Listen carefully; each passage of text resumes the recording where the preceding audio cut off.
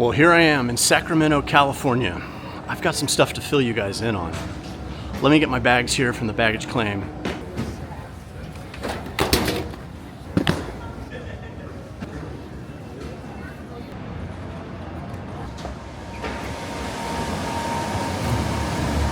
All right, here I am in California. I have a lot to catch you up on. We flew back from South America, made it to the USA. We've been hanging out a bit at Kathy's mom's place in Arkansas.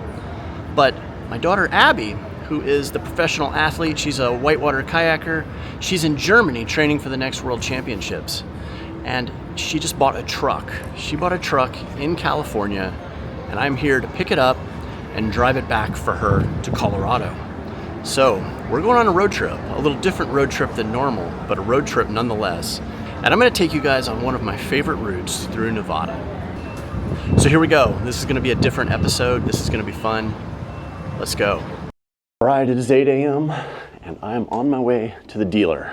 We're gonna go check out this truck. Hopefully it looks just as good as it did in the pictures online. I'm super excited, and Abby is burning up my phone wanting to see it. Here we go, we're leaving the hotel. It's just about a 10-minute drive over to the Ford dealer. So we're gonna go over there and check this truck out. I know Abby is so excited. She has been sending me text messages. She said as soon as I get there, send her pictures and FaceTime with her so she can see what this thing looks like. So that's what we'll do. All right, I've got a Kia Sportage rental car here. This, just drove it a little bit yesterday. Seems great, never driven one of these before, but had everything I needed. We're off to the dealer, it's not too far. Okay, made it to the Ford dealer. It's a nice Ford dealer, boy, some really nice trucks here. All right, it's bright and early. I don't think they're quite open yet, so I'm gonna see if anybody's around, but I might just look around the lot for a minute, see if I can see the truck. Don't see it initially. I think they must have it pulled off to the side because they knew I was coming for it. All right, it's an exciting day. Okay, here it is. This is Abby's new truck. She is super stoked. Now, she is in Germany, so she hasn't even gotten to see this yet, but she has bought this with her own money. I've helped her make the deal just because it's the first time she's ever bought a vehicle. So we did the research together, we picked it out, I helped her through the whole process. All right, Abby, I hope you love this truck. I think you're gonna get a lot of good use out of it, and you guys are gonna have some great adventures together. And she hasn't even seen it yet. I'm gonna get the first road trip in it, and I'm taking you guys along on a really cool tour. I think we're gonna have a lot of fun. But we're in Dixon, California right now, and we're headed to Nevada. We're going east. I've made it to Reno. Now, why Reno? Why was Reno important coming from California? I forgot to mention that just a minute ago.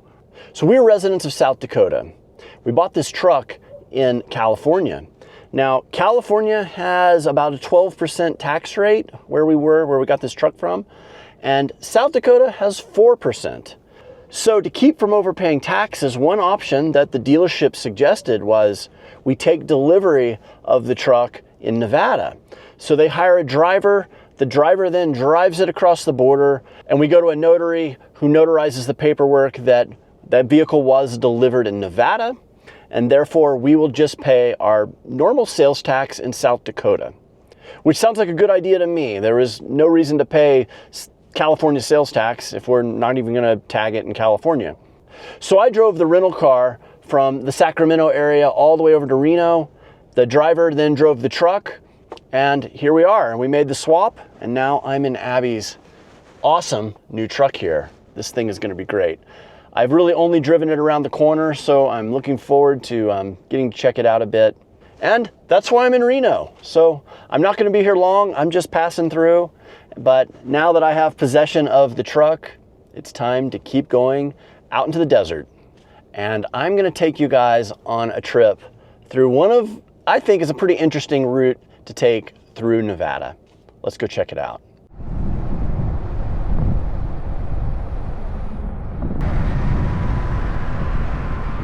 But I'm in Fallon, Nevada now, and I flew in with just camping gear. So I'm planning on driving this truck back, but I'm gonna camp along the way. So I'm gonna stop right now at this Walmart and buy a pillow, because I didn't bring a pillow. Look at all the pillows. How do you know how to buy a pillow other than just squeeze it? I don't know. I know that I like the pillow I have in the van right now, and I really missed it. This pillow's $6. Maybe it's good. Maybe not. Let's see. I think I want a small pillow, not a big pillow. Extra firm, soft, standard, queen. What's it got to choose? All right, this is a camping pillow. Maybe I go with the $6 back and side sleepers. I don't know, maybe it's a good for everything pillow. Let's try it. I don't think I've been in a Walmart since I've been back from South America. Okay, got a pillow. I'm set for the night. Trying to get somewhere special before it gets dark. Once we get there, I'll fill you guys in on the truck, give you guys a little more of a truck tour. But it's driving really good so far. Really enjoying it.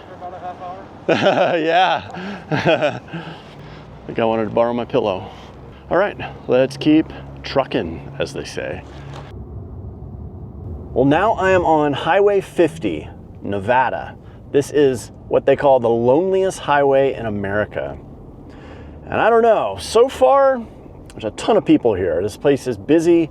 Just was in the Walmart buying my pillow. There's a ton of people in there, and there's just a lot of traffic. So I think it's all gonna change though here once I leave the town of Fallon. Now, I've driven this highway quite a few times before, and I know that it's gonna get more lonely.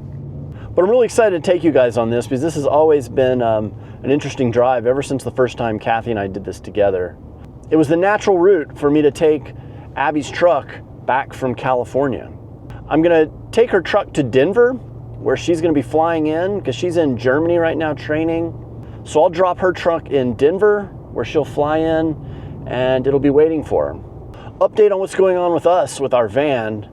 I just saw online our van is in Veracruz, Mexico. It's made it all the way up from Argentina. It's taken about 3 weeks, and we should have it in another week and a half or two. So far, the ship has been perfectly on schedule, which is great because normally those things seem like they get a little bit behind. But I've got my fingers crossed that it makes it to Florida on time and we can get back into it because I am really missing having my Revel with me. But this will be interesting because before we had Winnebagos, we've had 4 of them now, Kathy and I would travel all over the West in our faithful pickup truck. We had a Toyota Tacoma. And we'd do just what I'm gonna do on this trip.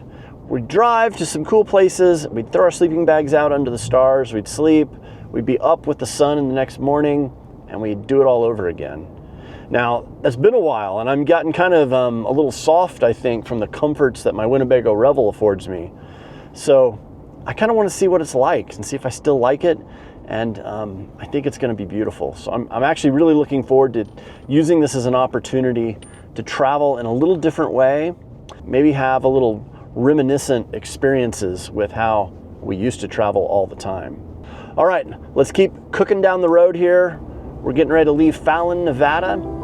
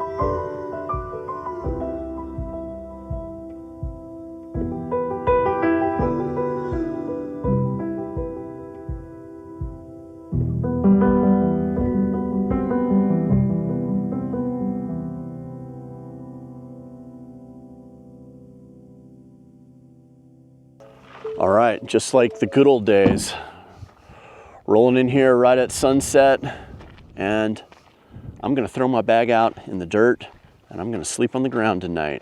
Probably about right here, right next to the truck. I kind of like using the truck as a windbreak, although this truck sits high enough that I think the wind's gonna come underneath it. But honestly, it's pretty calm out here. All right, this is a terrible video about my daughter's new truck because I've barely shown it to you guys. It's been so crazy getting out here into the desert, getting through Reno, and now I'm out here and it's almost dark. But I promise tomorrow, I'm gonna show you guys this truck because it's pretty awesome.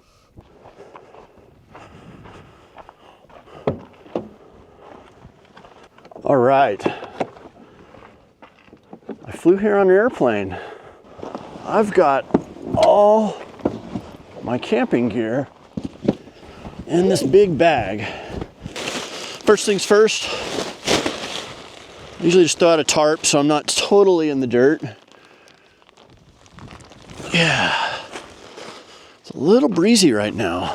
Let's see, here's some old pieces of concrete or something. Hope there's no scorpions.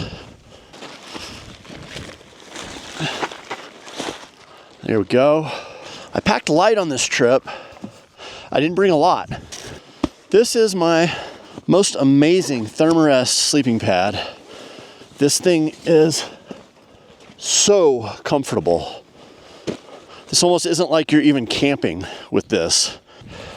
I've got a tent too, but unless the weather gets really windy or rainy, for some reason I need it, I like just sleeping out cowboy style. Throwing my bag out on the pad under the stars. There's nothing better. So I deflated my Thermarest the whole way, which is something I rarely ever do. I like to just keep the air in it. I'll just let a little bit out so that then I can throw it in the back of the truck or wherever. And it's super easy to set up each night. But I'm gonna blow into it a little bit here and just get it going. Okay, it's got some air in it. Then really, I just throw out this, I've got this awesome Nemo sleeping bag. Put it on the Thermarest. And really that's it. Unless the wind really gets crazy tonight, I'm gonna be set just like this. And I'm gonna sleep right here and have amazing stars because this place, the stars come out so bright. And I just love that. I love it when you wake up in the night and you kind of are restless, and when you're inside, my mind starts to wander. But when you're sleeping under the stars and you wake up in the middle of the night, I'd like to challenge myself to see if I can see a satellite or if I can see a shooting star.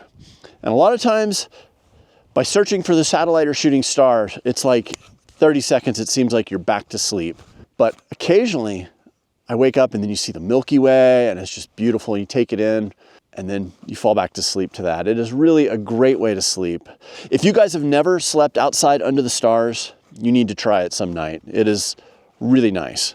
Usually takes, though, about 3 nights before you kind of get used to it and you're comfortable, and then you sleep really good. Tonight, I might not sleep that good, although I barely slept any last night. Hopefully I do sleep good because I really need it. All right, I'm settled in. It's getting dark. And you know, it's one thing sleeping in spots like this when you're in your van, but it's another maybe level of vulnerability when you just throw your sleeping bag out on the ground and you're just kind of out here for the coyotes and whoever drives by just to see you sleeping out here. But you know, I've done this hundreds of nights, and it is one of my favorite ways to go camping, is just throwing a bag out under the stars, especially in a wild place. Now I'm just off the main road just a little bit. I'm maybe a half a mile down a dirt road. I can hear and see the cars that go by here, but it's not very often. Like maybe once every 20 minutes a car will come by. And as we get later into the night, there will hardly be any traffic coming through here. This is the loneliest road in America, after all. I feel pretty comfortable about this. A lot of people ask me if this is scary, or do you need a gun, or you worried about somebody getting you in the night. And honestly, out in these wild places, there's nobody out here. I feel way more vulnerable, way more in danger in the cities. Like when I was just in Reno, that felt way more, I had to be on my game more than ever just throwing my sleeping bag out in the desert. While it is human nature to maybe feel that way, logically and statistically, I think you're gonna find that it's a lot safer just to throw your bag out here and enjoy a night out. But what am I looking for in a spot to throw my bag out for the night? Well, I wanna get off the main road a little bit. I don't wanna, and it's not that I'm worried about people, it's more that I just don't want the noise and the lights shining in my eyes all night long every time a car passes. So I'm looking for a little solitude, but it doesn't have to be an epic spot. Where I am right now is just a wide spot in the road where people have turned around. There's two little dirt roads shooting off here in either direction, and really that's all I need. I'm gonna get here late typically, and I'm gonna leave early. So when most people are out and about exploring and doing things during the day, I'm not gonna be here just laying in the ground. This is just something to do to get through the night. The other thing I like about this is you don't need much. I literally have a sleeping bag, my sleeping pad. I bought this pillow and I brought a tarp. I like to just throw a tarp down. It just keeps me a little cleaner. I also have a tent in the truck. I like to keep my shoes right next to me. I have a bottle of water that I got at the Walmart. Other than that, I have a headlight here so in case I do need to see something in the night. Really, that's about it. The car's right here. If something crazy happens, I'll get in the car and I'll leave. In literally 3 decades of sleeping out like this in the Western US, I've never had anything weird or bad happen.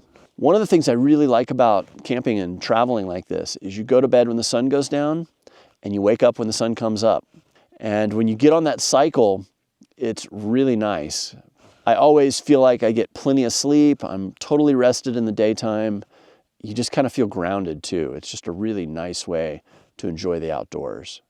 So I'm gonna sleep right here in the moon shadow of Abby's brand new truck. Thank you, Abby, for letting me pick it up and drive it around. And we're gonna have fun. This is gonna be a fun little trip, delivering your truck. I'm gonna start looking for those shooting stars and I'm probably gonna be asleep in 20 minutes. All right, guys, that's it. I'll see you in the morning.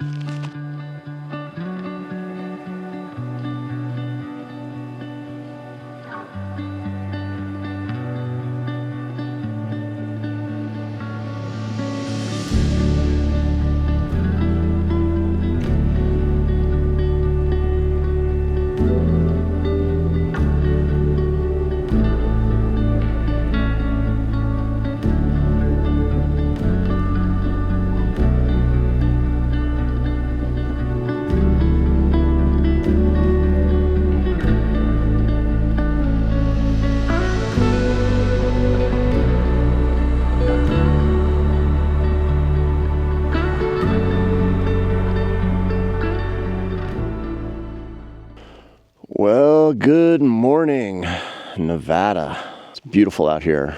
Last night was amazing. It was clear, it was cool, probably in the mid 40s. I call that perfect camping weather.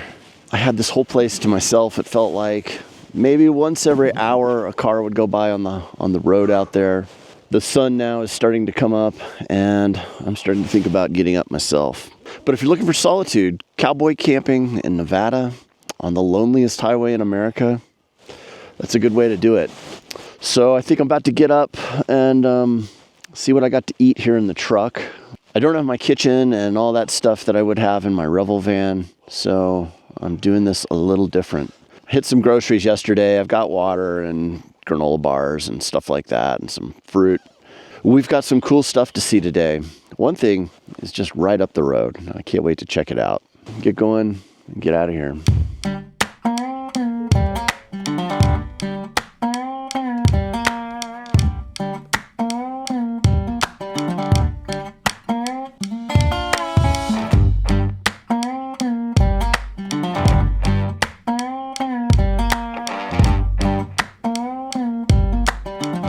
Here I am back at the Highway 50 shoe tree.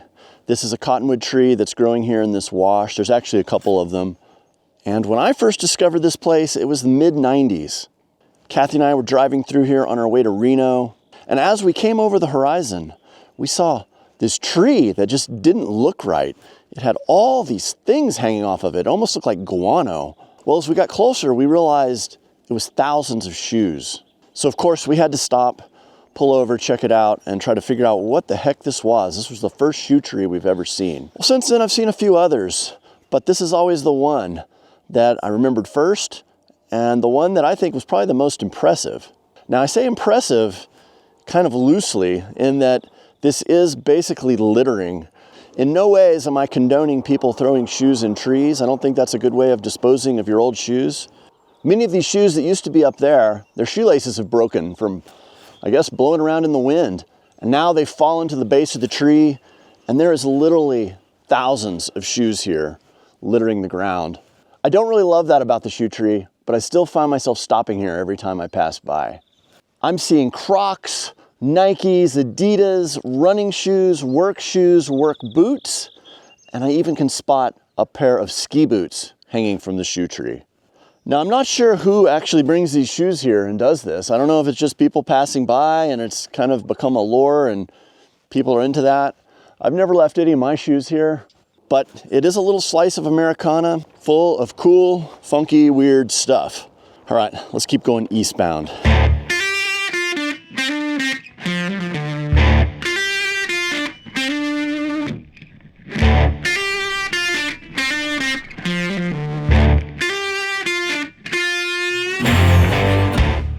I've made it here to the Stokes Castle. Now it's funny, as many times as I've driven Highway 50, I've never driven up here to the castle. So here's a little history that I know of the Stokes Castle. Anson Phelps Stokes is a miner, developer, railroad magnate, and member of a prominent Eastern family. Built Stokes Castle as a summer home for his sons. After the castle, or the tower, as the Stokes family always referred to it, was completed in June of 1897, the Stokes family used it for 2 months. Since then, with one possible exception, the structure has remained unoccupied. Stokes Castle is made of huge granite stones raised with a hand winch and held in position by rock wedging and clay mortar. The architectural model for the castle was a medieval tower Anson Stokes had seen and admired near Rome. This building originally had 3 floors, each with a fireplace, plate glass windows, balconies on the 2nd and 3rd floors, and a battlement terrace on the roof. It had plumbing and sumptuous furnishings. Stokes Castle has served for decades as an iconic Nevada building, often photographed by enthusiasts of Western history. It's now been placed on the National Register of Historic Places. And now it's a landmark of this area. A lot of people come through here to photograph it and to hang out and to check in on it because it is very unique. There is an amazing view of the valley and the mountains off in the distance. And maybe now it's time for me to tell you about Abby's new truck. This is a 2020 Ford F-150. It's got the XLT package. It's got all the comforts that you want in a cab. I've really enjoyed driving it lately, but it has the tow package because Abby is planning on pulling a camper trailer for the next while. So it is going to be set up perfectly for her to tow. Now, if you guys are new to the channel and you don't know Abby that well, she is a professional kayaker, so she's always traveling with mini kayaks, just like we do. She will have, 6 to 8 pink kayaks. So with Abby always hauling around kayaks, we wanted to make sure that she got the 6.5 foot bed instead of the 5.5 foot bed, just because that's going to be a little better for the kayaks to fit in there. So we got her the crew cab, which it has 4 doors, but one door is like a suicide door, as I would call it. And I think this is going to be perfect for her, hauling a trailer, hauling kayaks, and just also being just a daily driver. I think we scored on this one. This has been a blast to drive out here. It is very comfortable. I used to have pickups myself before I got Sprinter vans, and this is really making me miss having a pickup. So anyway, it's 4-wheel drive. It's got the whole off-road package. It's got Icon vehicle dynamic suspension on it. It's going to be a good solid truck for her to do whatever she needs to do in it. So I'm honored that I get to come out here and pick up her new truck for her. I think we found a really good one, and it was my pleasure to fly out to California, pick it up, and I'm going to take it to Denver, where she will fly in from Germany and it'll be waiting for her. So, fun times for everybody. She is super excited. I've been sending her videos of the truck and FaceTiming with her. And it's got to be hard for her to be in Germany right now and not see her new truck. But she'll see it soon enough. All right, what do we have for breakfast? Well, I've got my smart water bottle that I plan on refilling many times on this trip because I flew over without a water bottle. And I just grabbed some blueberry muffins from the bakery back there in Reno. Traveling without a fridge or the real kitchen that our Revel affords us has a little hit on the quality of life. But you can still pull it off. There's lots available. I'll be eating out a little more than normal. But what a cool spot. Sitting up here on this point, looking out at this giant basin. There's snow-capped mountains over here. Nevada really is beautiful.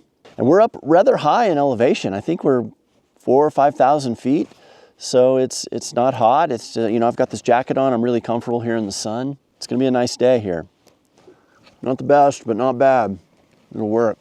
I don't know if they allow camping up here, but this would be a really sweet place to spend the night in the van. Nice thing I like about sleeping out cowboy camping like I did last night is you're almost always up early. It's easy to sleep in the van. You're kind of enclosed. You've got the blinds pulled. You can't tell if it's day or night. In the morning, as soon as the sun comes up, you know it. Starts to get warmer, starts to get brighter. It's hard for me to sleep once the sun starts coming up because I like it really dark. All right, I'm enjoying the views. Right down the hill from here is Austin, Nevada. And it's a quirky, another little Highway 50 town. Austin, Nevada was always kind of one of the first little oases going westbound. And I remember swinging in there for fuel and food. It's a small little town, but it's got a lot of character.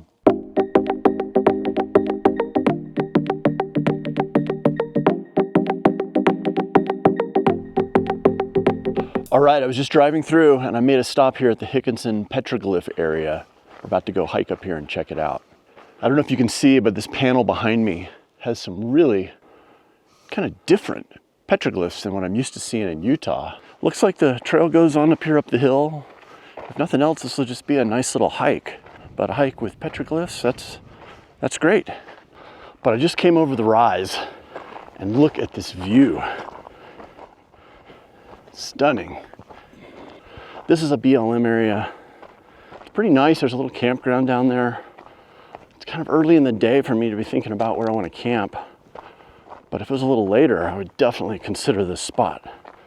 I am just such a huge fan of our public lands, and BLM, national forests, national parks, all that falls under that. Being here right now just reminds me of how amazing this is as the United States has set aside all these lands for everyone to use.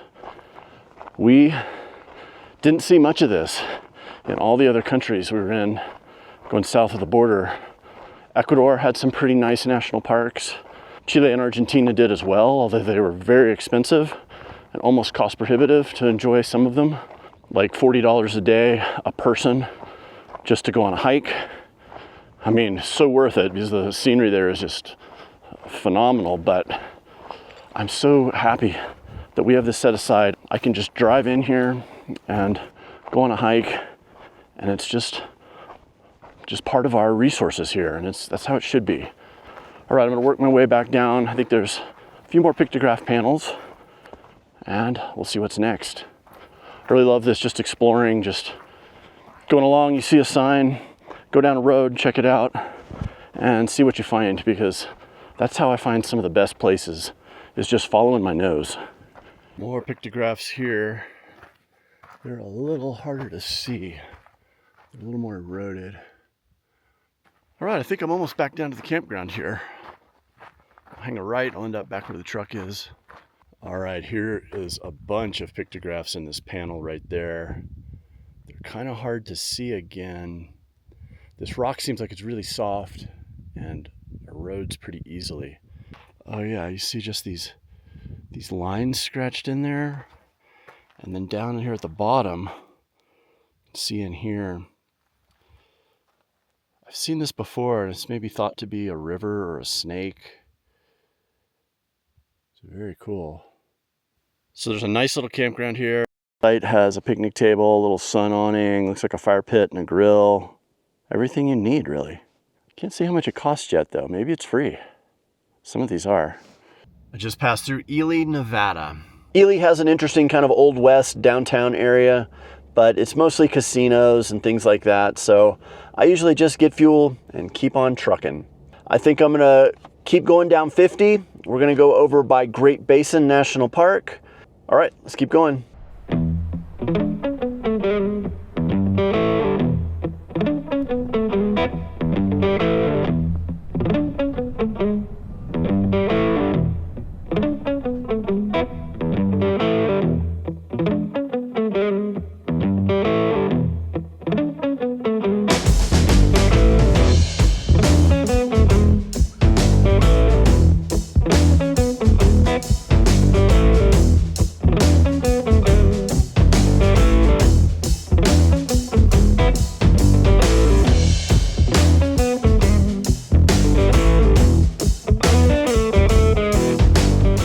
Right behind me right here is Wheeler Peak. This is a part of Great Basin National Park. I love it up there at Wheeler Peak. It is one of my favorite places, especially the campground that is right there underneath the peak. There's ancient bristlecone pines, aspen trees.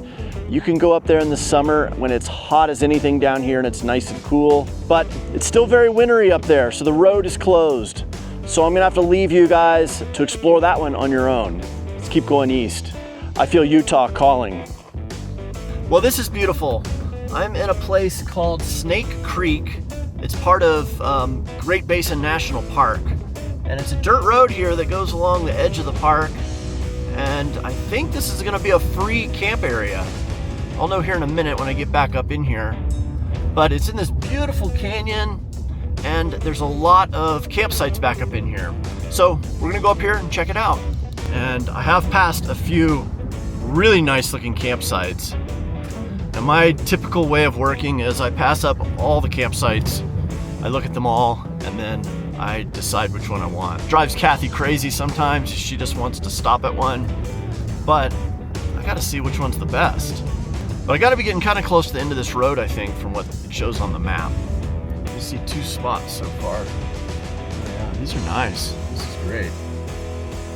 Well, this is the end of the road. This is the Snake Creek trailhead. It is beautiful up here. I did pass a little snow back there, which I don't know how excited I am to camp in the snow right now. I did pass some beautiful campsites coming up here. I mean, really nice one.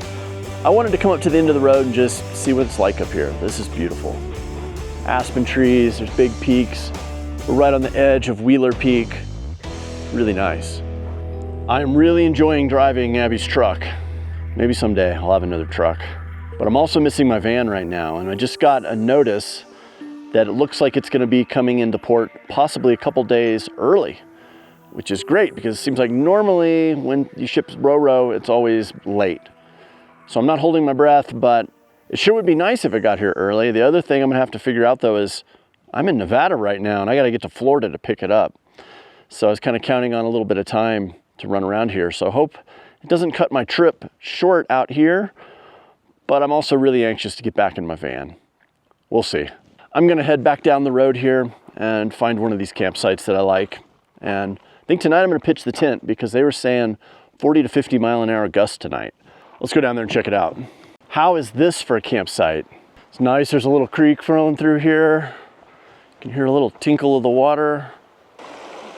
Oh, this is great.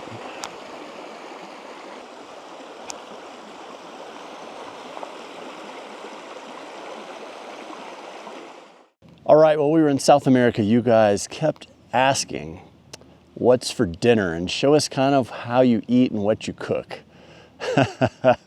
Now this one is gonna be a little different because if Kathy was here, this wouldn't fly. But since I'm by myself, I don't have a kitchen, I don't have a refrigerator, I don't even have a stove. I don't have anything other than what I can fit in the back seat of this truck. And it's all just in a couple of grocery bags. So tonight we're having crackers and sardines. And how do you like that? And then if I'm still hungry, we're gonna pop open this thing of tuna and do the same thing. And then for dessert, I have oranges, little cuties. So there you go, there's dinner. Leave a comment down below. What do you think about this? Does this sound good to you or does this sound terrible? I think I'm gonna get probably more terribles, but I'm sure some of you guys out there can relate to this. I don't think this sounds too bad. All right, let's go through the steps. So what I like about this, here I've got a trash bag over here. What I like most about eating this way is this comes in a can, this comes in a bag, and once I'm done with it, it goes in my trash bag, and there's no dishes, no nothing. So it is super easy. It's easy on water too, because I don't need any water to cook it. Let's see, so I'm gonna put the lid in here. Just gonna get a cracker or two out.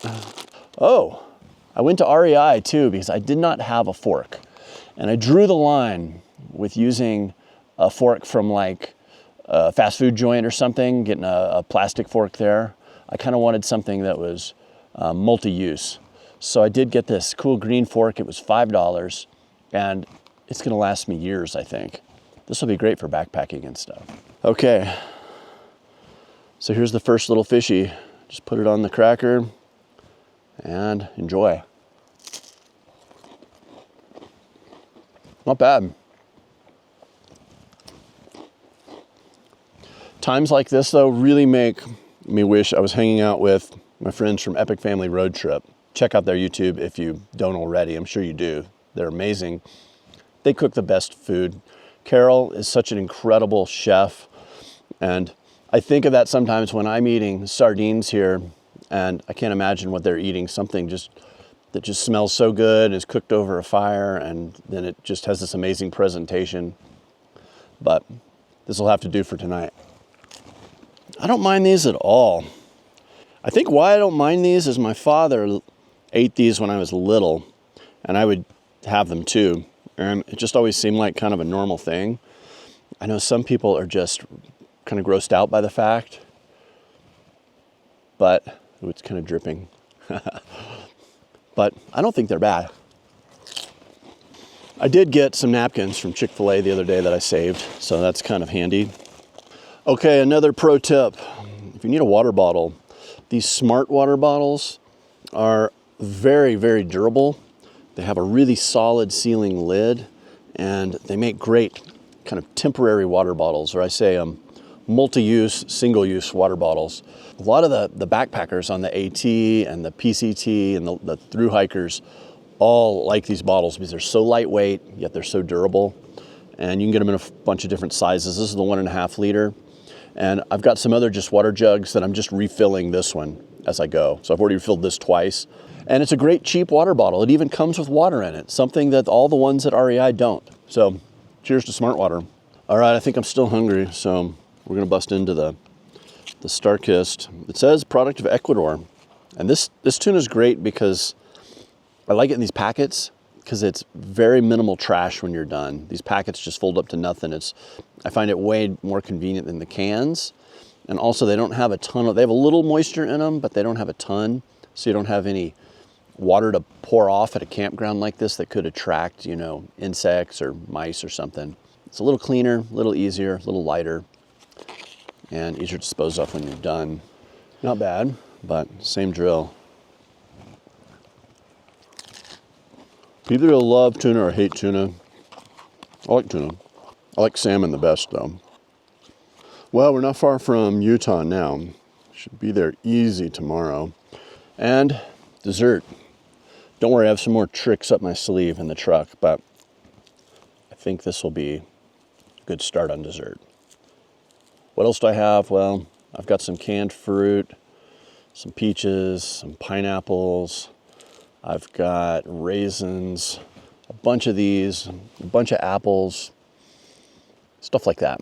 So I will not starve to death out here. It just might not be eating as well as I normally would if Kathy was along. All right, there's dinner.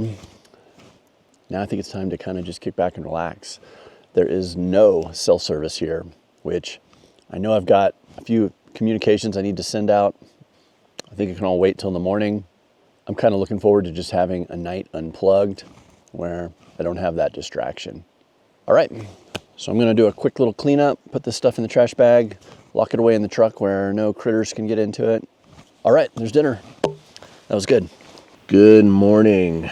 Man, it was a nice night in the tent last night. I can hear this little creek next to me just making creek sounds. Birds are chirping. This is a good way to wake up. But I think I'm gonna pack up camp, eat another muffin, and then we're off. Well, we've done it. We have crossed Nevada on Highway 50, the loneliest highway in America. How cool is that? We found some really cool stuff, some camping, some old western towns. It was great. I wished we would have been able to drive up Wheeler Peak. If you guys are here later in the summer or the summertime, go up there. You can get to higher elevations. Even if it's hot as anything down here in the desert below, it'll be nice and cool up there. But going up Snake Creek last night, I camped at 8,000 feet. It was pretty chilly last night up there, but I'm glad I did it because it was beautiful. And now I've driven out of the canyon and look what is right here. Welcome to Utah. Yep, that's right. We're going to my favorite state. Thank you for joining me on this tour of Highway 50. I'm really enjoying Abby's new F-150. It's gonna be hard for me to give her the keys because I really like this truck. It's been a pleasure to drive. But that's it for this tour of Nevada because we've run out of Nevada to tour. I'll see you guys next time. Thanks so much for watching. I hope I see you somewhere over the horizon. Take care, guys.